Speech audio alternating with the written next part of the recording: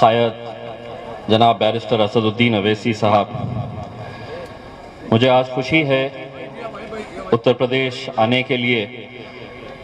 आज पहली मर्तबा मैं उत्तर प्रदेश में किसी सियासी जलसे में शरीक हुआ हूँ। मुझे बताया गया था कि उत्तरौला के हमारे उम्मीदवार डॉक्टर अब्दुल मन्नान साहब है, लेकिन मेरे हिसाब से उत्तर प्रदेश में जहां जहां पर भी मजलिस इत्तेहादुल मुस्लिमीन चुनाव लड़ेगी, वहां के हर उम्मीदवार का नाम बैरिस्टर असदुद्दीन अवैसी है।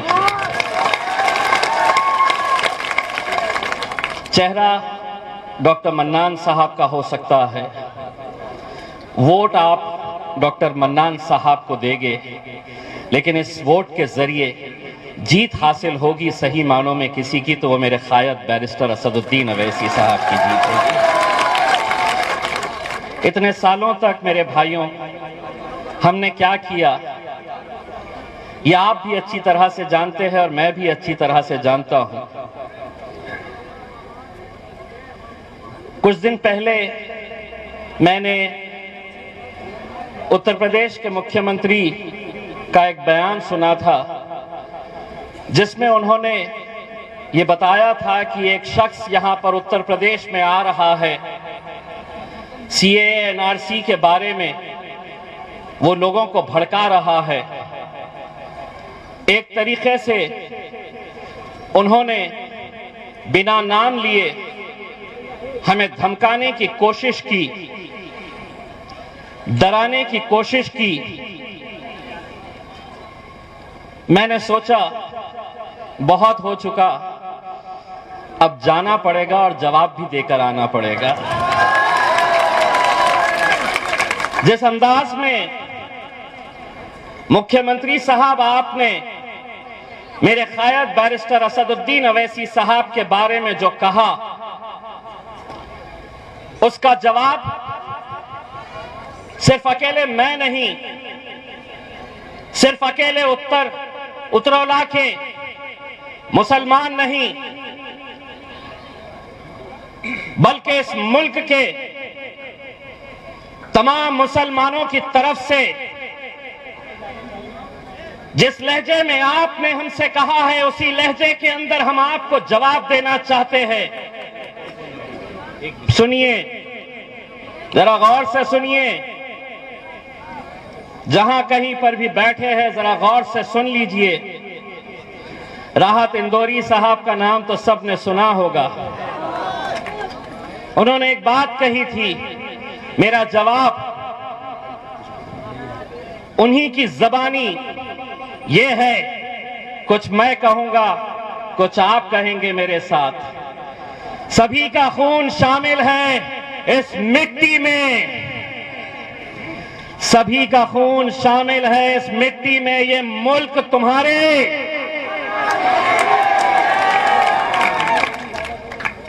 उन्हें सुने नहीं आया, ये मुल्क तुम्हारे।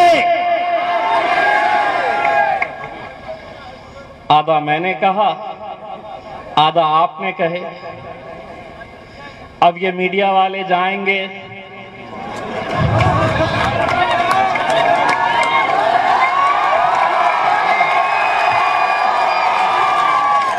कुछ बोले क्या, केस बनता क्या? वो बोलेगा कि नहीं केस बनाओ क्योंकि मेरे बाप के बारे में बोला गया। पुलिस वालों को बोलेंगे कुछ तो निकालो, पुलिस वाले बोलेंगे कि साहब नहीं, अब ये बहुत होशियार हो चुके हैं, आधा ये बोलते हैं आधा ये बोलते हैं। वो बोलेगा नहीं कुछ तो बनाओ, पुलिस वाले बोलेंगे बनेगा साहब, ये बनेगा। जानते हैं क्या है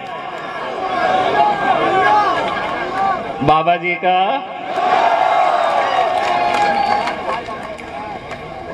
अब ये समझते हैं कि हम बोलने का इख्तियार सिर्फ उन्हें है और हम सुनते रहेंगे। सुनिए, जितने भी सियासतदान, महफिल उनकी सस्ती है, महफिल उनकी सस्ती है, चर्चा किसका होता है तो मेरे कायद बैरिस्टर असदुद्दीन अवैसी साहब का होता है। रात में सोते हैं तो इनका नाम लेके सोते हैं, उठते हैं तो इन्हीं का नाम से उठते हैं। आज क्या बोलेंगे, आज क्या करेंगे? आज असल में हकीकत यह है कि हम जब उत्तर प्रदेश के अलग अलग इलाकों के अंदर देखते हैं कि एक जन सैलाब उमड़ पड़ा है, लोगों की मोहब्बत बैरिस्टर असदुद्दीन अवैसी साहब के लिए देर आए दुरुस्त आए।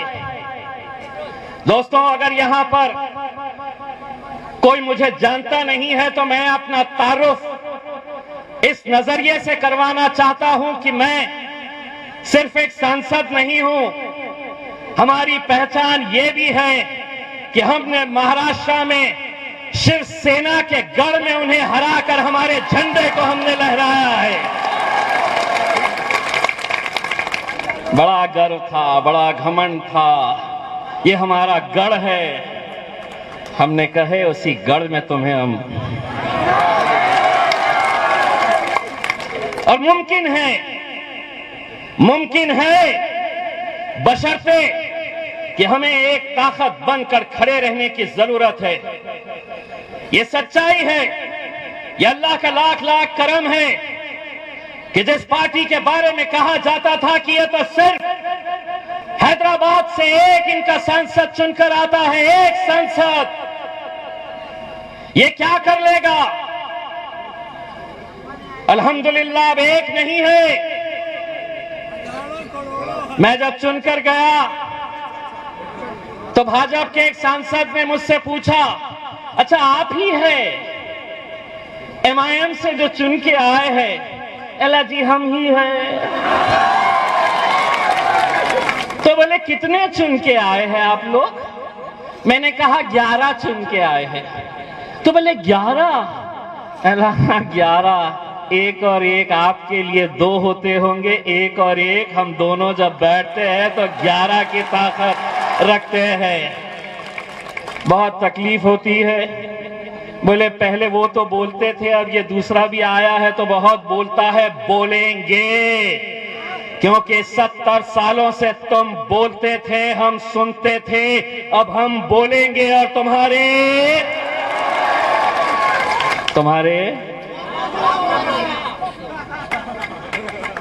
बोलो भाई, दिल खोल के बोलो, कुछ नहीं होता, ये कुछ नहीं कर सकते। तुम्हारे केस बनता, आधा हम बोले, आधा आप बोले। बस मेरे भाइयों, मैं आप लोगों से इतनी इल्तिजा करने के लिए आया हूं कि आज इस मुल्क के हालात जो है, लोग आपको अलग अलग तरह की बातें करेंगे। लोग आपको ये कहेंगे कि नहीं हम सिर्फ आए हैं यहां पर तो वोटों की तकसीम होगी। यही इल्जाम हम पर भी लगाया जाता था। आज फख्र है हमें कि पूरे महाराष्ट्र के अंदर एक सांसद चुन के आता है मुसलमानों का, एक सांसद। कहां है वो समाजवादी पार्टी के लोग, कहां है वो कांग्रेस के, राष्ट्रवादी कांग्रेस के, कहां है वो शिवसेना के लोग जो कांग्रेस और राष्ट्रवादी के साथ सत्ता बना लेते हैं? एक ही सांसद पूरे महाराष्ट्र से चुनकर आता है, और वो भी अल्हम्दुलिल्लाह किस पार्टी से ताल्लुक रखता है तो वो अल्हम्दुलिल्लाह मजलिस इत्तेहाद अल मुस्लिमीन का सांसद चुनकर आता है। क्यों आता है? हम भी जब खड़े रहे तो हमको भी यही कहा गया कि नहीं, अब ये खड़े हुए हैं, अब शिवसेना जीत जाएगी, ये खड़े हैं तो भारतीय जनता पार्टी की जीत यकीनी हो जाएगी। हमने अपनी आवाम से कहा, एक बार धक्का लगाओ तो सही।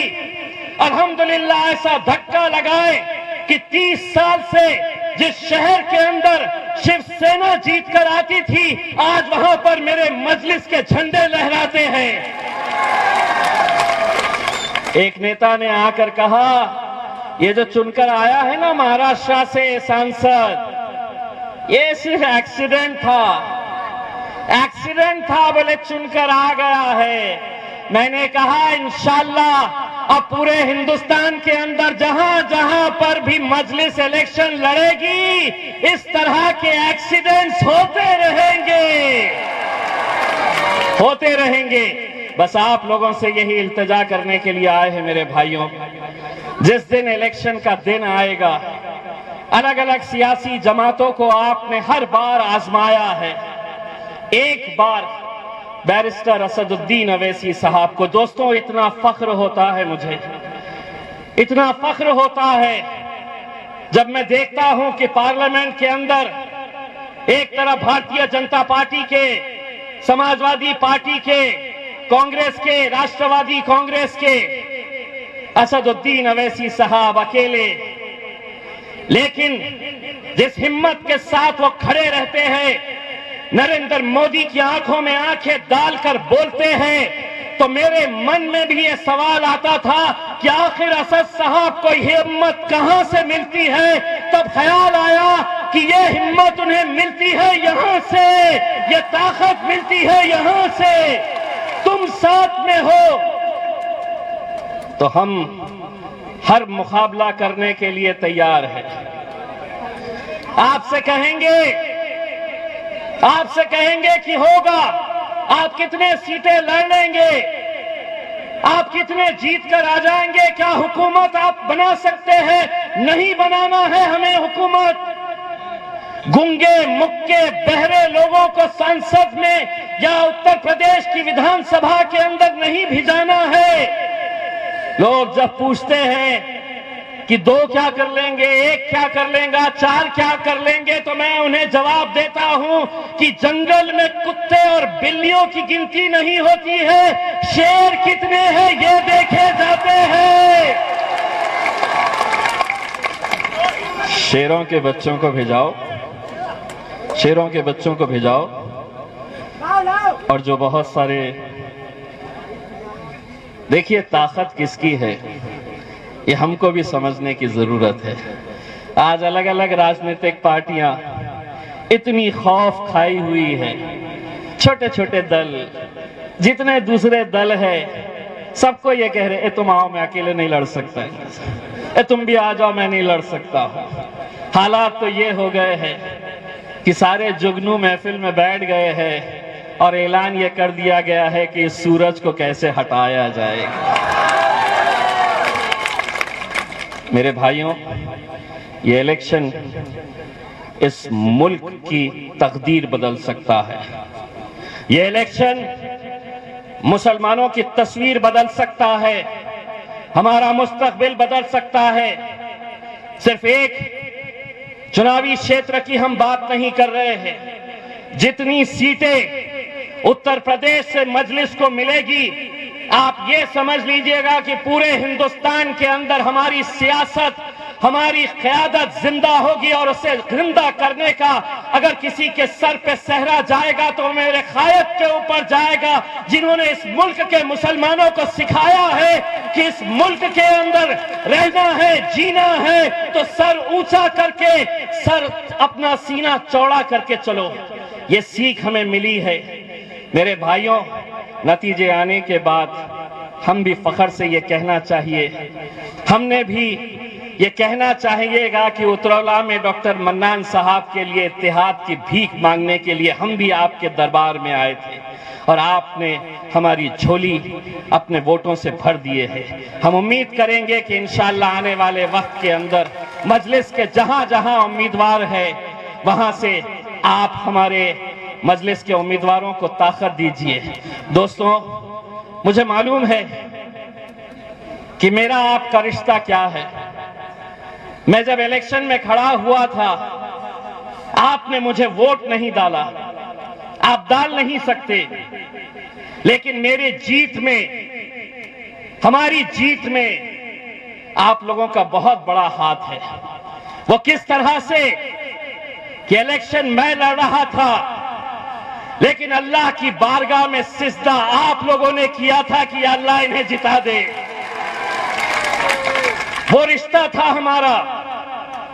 लोग कहते हैं कि शिवसेना का गढ़ था, तुम जीते कैसा, तुम कैसा जीत सकते हैं? जहां पर पूरे मुल्क के अंदर मोदी की लहर चल रही थी और वहां औरंगाबाद जैसे शहर से मजलिस अपना झंडा लिए आगे चल रही थी, मैं लोगों को कहता हूं कि वोट तो मिले ही थे, लेकिन हमारी जीत दुआओं से भी हुई है। अल्हम्दुलिल्लाह दुआओं से हुई है। सिर्फ वोट ही नहीं करना, आप लोग मजलिस की कामयाबी के लिए दुआ भी करिएगा, क्योंकि एक तड़प जो हम बैरिस्टर असदुद्दीन अवैसी साहब के अंदर देखते हैं दोस्तों, शायद ही हिंदुस्तान में ऐसा कोई नेता होगा जो दिन देखता है ना रात देखता है। सिर्फ यही तड़प है कि आपके अंदर एक एक असदुद्दीन अवैसी को तैयार करे, और इंशाअल्लाह हम यहाँ उम्मीद करते हैं कि आप लोग यहाँ पर डॉक्टर मन्नान साहब के अंदर भी आप बैरिस्टर असदुद्दीन अवैसी साहब को देखेंगे। बहुत बहुत शुक्रिया। वाखिर दावाना अल्हम्दुलिल्लाह।